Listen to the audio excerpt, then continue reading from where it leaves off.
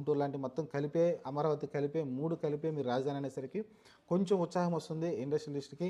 ఆహా! ఓకే. మనం ఒకవేళ అమరావతిలో పెడితే ఖచ్చితంగా ఇప్పుడు ఎంప్లాయీ అయినా సరే అక్కడి నుంచి ట్రావెల్ చేస్తాడు ఒక 20, 30 కిలోమీటర్లు అంటే డైలీ అప్ అండ్ డౌన్ చేయగలడు కూడా ఇబ్బంది లేకుండా.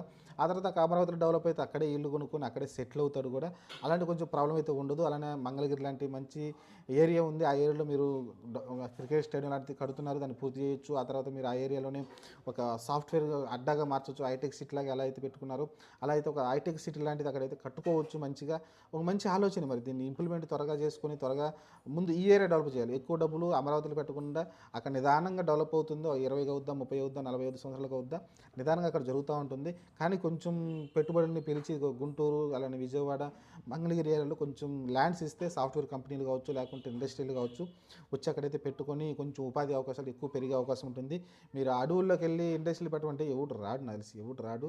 ఇప్పుడు నేనైనా ₹10 ఖర్చు పెట్టాలంటే అడవుల్లోకి పెట్టి ఇక్కడ ఎంప్లాయీస్ రావాలన్నా ఇబ్బంది పడతారు, అలానే వర్కర్స్ కావాలన్నా ఇబ్బంది పడాల్సి ఉంటుంది, అన్నిటికీ ఇబ్బంది పడతారు. కాబట్టి అదే మీరు విజయవాడ, మంగళగిరి, గుంటూరు ఏరియాలో మీరు ఏ ఇండస్ట్రీ పెట్టినా సరే వర్కర్స్ ఈజీ దొరుకుతారు. అలానే ఉద్యోగులు ఎవరైతే ఉన్నారో ఉపాధి కోసం వచ్చేవాళ్ళు వాళ్ళకి ఉద్యోగాలు